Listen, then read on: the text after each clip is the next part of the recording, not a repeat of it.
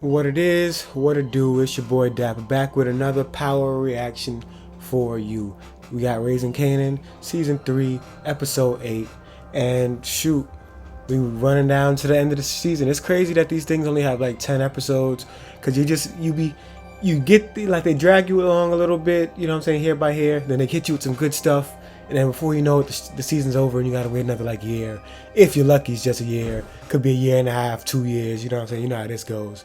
But shoot, let's hop right into it. Actually, wait, before we hop right into it, hit that subscribe button, hit the like button.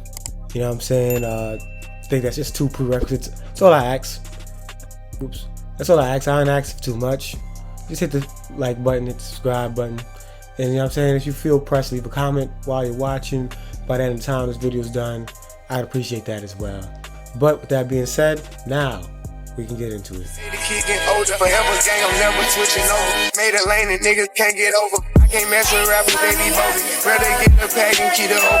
Alright, yeah, sorry for the picture of Kanan. This is the best I could find from the episode on quick whim. I'm trying to kind of rush this a little bit.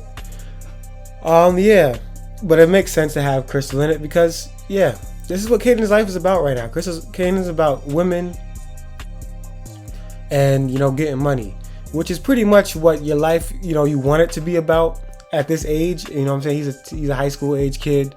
You know what I'm saying? Life was about how can I get even a little bit of money, and women pretty much. You know what I'm saying? The women came with the money, so it was easy. You know what I'm saying? This is obviously, he's coming off the tails of being with Aisha. Him and Aisha had to blow up. So Crystal, you know what I'm saying? Crystal went and put out quick, which is what Kanan wanted. So Aisha to the side, you know what I'm saying? Shout out to Aisha for holding her morals down.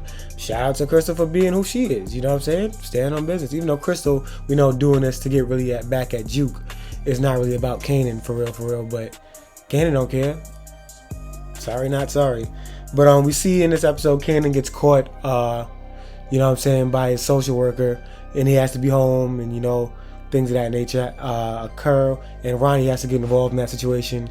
We'll get to that point with Ronnie when we get to Ronnie, but yeah, I feel like this episode wasn't too Kanan heavy. It's funny, a lot of these episodes aren't, let's say, Kanan heavy as far as big things going on. Obviously, they're all surrounding Kanan, so it all affects him at the end of the day, because this is all that what makes him become who he is.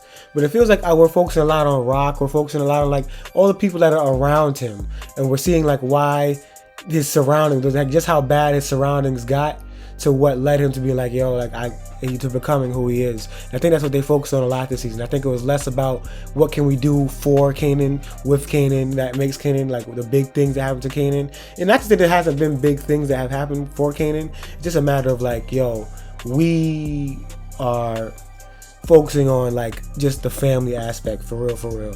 So I think that was the big component this episode, was just like making sure that, like, you know, we set up like exactly how crazy and dysfunctional and discombobulated, you know, Kanan's life was. All right, Rock. Rock, we see Rock is diving fully back into the game. It's, you know what I'm saying, she's at a point where it's all or nothing. Remember, she's in a deal with the dude. It's like, look, I gave you a couple months and you got to get this off the ground. Like, you need to be up and running.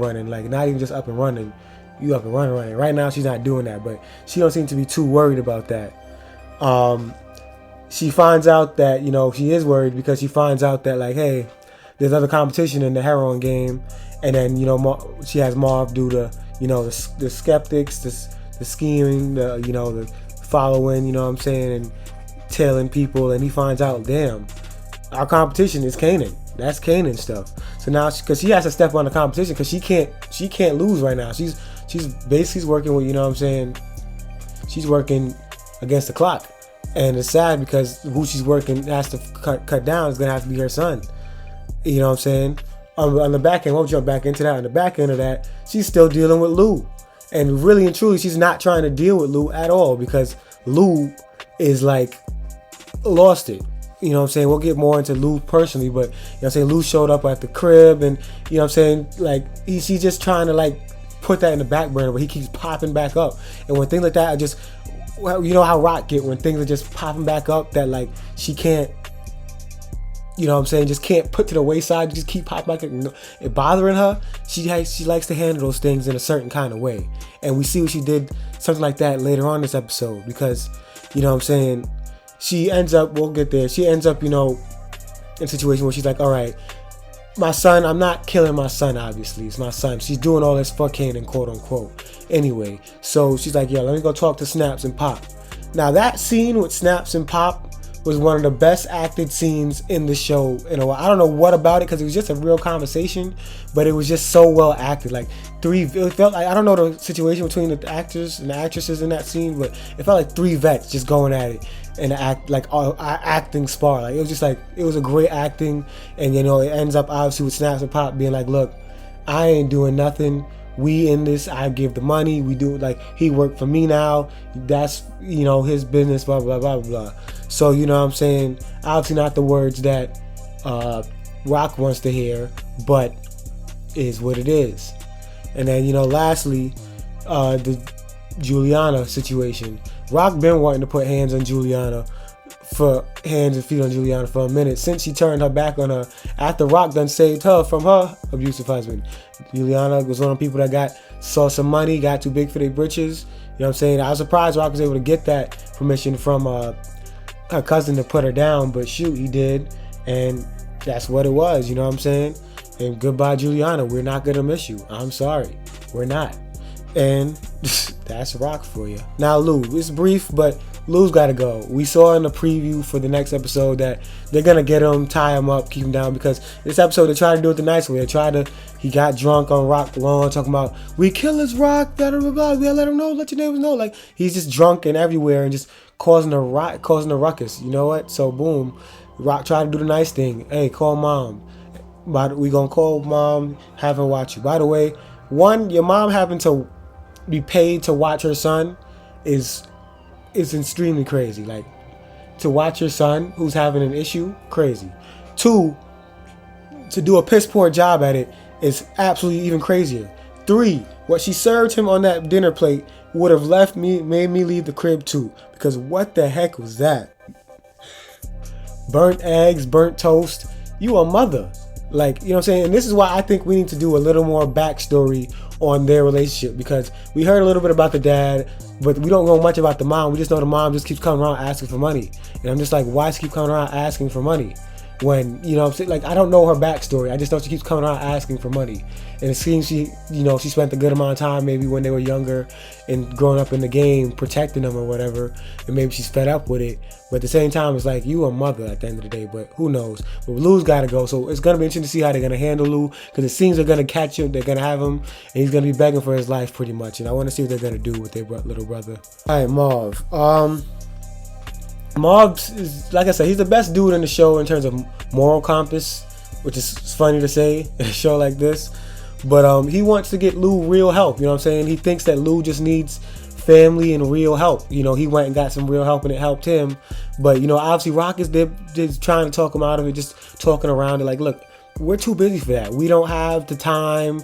I don't want to allocate the resources. You know what I'm saying? Like, Lou needs to get himself together. And, you know, this is partially why Lou ends up in the situation he is in the next episode. You know what I'm saying? And we already spoke about, you know, him tracking down one of Kanan's dual boys and finding out they're moving to Rock. You know, moving on heroin, sorry. And, you know, that gets back to Rock, and we spoke about that.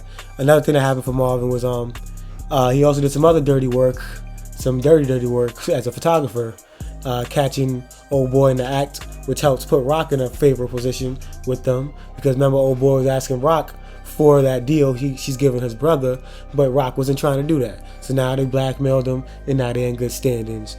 And you know what I'm saying? What Marvin's gonna always do is do the dirty work. You know what I'm saying? Herman, like, that's what Rock does. She's the big sister that has the big brothers. That has the brothers that are bigger than her, that, you know what I'm saying, can do her dirty work, and she can, you know, have all the mouth. And as we saw, Rock can slick her hair back and get the job done herself too, depending on who it is. So, you know what I'm saying? They're trying to move back just how, you know, how they was season 1, moving as units, just that Lou is not cooperating. But Marvin, you know what I'm saying, he's stuck between a rock and a hard place, because, you know what I'm saying, Gerald is low-key backdooring him. You know what I'm saying? The guy he's been helping out is backdooring him. That's crazy to me, because Gerald, he's done so much for you, and you backdooring him to the feds? That's crazy. But it is what it is. That's how the game is. It's nasty. Juke. So we saw Juke, gets named the lead or whatever. That's great for Juke. That also ends up with her catching, Kanan with Crystal. And as Crystal's doing that to really make Juke jealous, make Aisha mad, just make people, feel uncomfortable because she wants to have the upper hand on people. She's probably got daddy if she's at home pretty much, I'm pretty sure. So we saw Juke get some hands put on her, but we saw Juke put them hands right back on him. They tried to jump Juke, but Juke from that. I knew Juke was going. I didn't see it coming. I didn't think they would do that to Juke, but shoot, I'm happy to see Juke know how to throw them hands too. And if you're gonna need that, because she's gonna need to learn how to throw them hands, because she signed that army contract and she's gonna have to go to the military like a dummy. She's got all this stuff going for her with the music stuff, and she went and signed. To this day, this is why you can't let your kids be unsupervised, and this is what was happening back then. They was having these ROTC people show up at these schools and having these kids sign off on things that they shouldn't be signing off on when, because this is the problem with the 18, I don't want to get on my soapbox with 18 being the age of consent, because you're not old enough to make these decisions. You don't have, she made that decision off of a brash, bad set of moments she was having, and now she has something good going for her, and now she might have to pull out of that because she's going to have to serve her time. So I'm interested to see how this is going to end up for Juke, because I don't know, like there has to be some clause to get her out of it or something, because she can't. There's no way this is what stops her from having her singing dreams, because she went to the military. It just can't be. Howard. We saw that there was a convo between Lieutenant Burke's, dad and Nicole's dad. Nicole's dad still keeps popping up somehow every season, at least once or twice. To do something. I don't know how this he keeps relaying over. We haven't seen the mom in God knows how long, but he finding her way around. His way back around. But they have a conversation, which leads to Howard's name popping back up. And with Howard's name popping back up, it sparks red flags, because it seems like his story, he seems to be the guy that keeps telling people things will be telling people certain things, and it seems like it just doesn't reflect back well on him, the things he's been saying. So that's something for Howard to look out for, because he did just get a promotion, so he thinks things are going well for him right now, but it could blow up in his face, but Howard seems to be good at cleaning up his message, so we'll see. And then he finds out that Marvin is legitimately a suspect. Like, he finds out, and in this episode he did not relay that information to Rock nor Mar or any of them, but that Marvin is truly a suspect, and that he has to, not only is he truly a suspect, but once he gets fully integrated into the new position, he's supposed to be the one to pursue this as a part of his first task.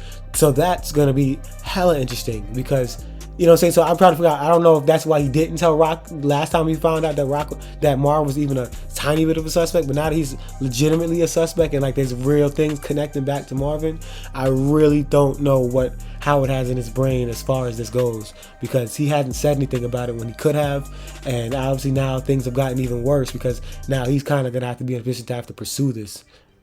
Last but not least, we got Ronnie.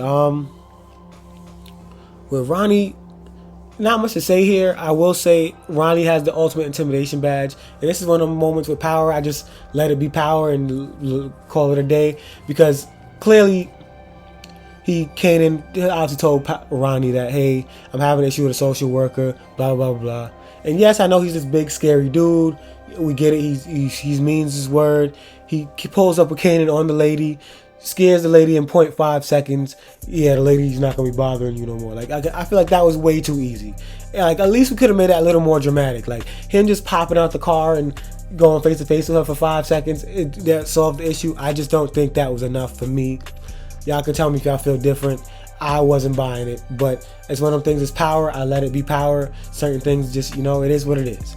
And then there was a quick moment, and I saw a discourse online about it. I just want to touch base on it, with Ronnie potentially being gay, because there was a moment where I think it was Pop who asked him about a long-time girlfriend, and he couldn't name one that to his memory. And then there was a point in time where Ronnie Rock was asked about Ronnie having a girlfriend when Juliana was brought up about with him, and she was like, Ronnie having a girlfriend, and then like, you know what I'm saying, we saw what happened with Ronnie and Juliana, where Juliana kind of was like being aggressive with Ronnie, but Ronnie really didn't seem to be relaying that energy back. So it could lead him to believe that, like, remember Def Con was gay, obviously, according to Rock, and like, you know what I'm saying, on the DL, but you know what I'm saying, he was obviously close to Def Con, so it seems that like maybe this is why he might hate Rock, because he liked Def Con with Def, you know what I'm saying, it was a, you know what I'm saying, maybe something was going on there. Let me know in the comments what y'all think. I think there's some I think there's some legitimacy there to that claim that he might be, you know, on that rainbow spectrum. Just, you know, he was on the DL, and because like I said, I don't want to be around any dude that freaks out like that around the hoes. When Unique took him to the club, you know what I'm saying? Like, you've been in jail that long, and you don't even want to be touched. Like, you know what I'm saying? All that, it leads to believe that there's some legitimacy here. But with that being said, this closed out another recap of Power Raising Kanan, Season 3, Episode 8. Make sure you hit that subscribe button. You might as well, if you made it this far especially. Hit the like button. I'm pretty sure you should have, if you haven't already. And leave a comment, you know what I'm saying, whether it's about the episode, future episodes, the season overall, something I said, whatever. You know what I'm saying? Let's make this, you know, conversational in the comments, you know what I'm saying? With that being said, we out of here. Big dripper stand up in the ocean. Everybody trapping, we get lost. He ain't focused.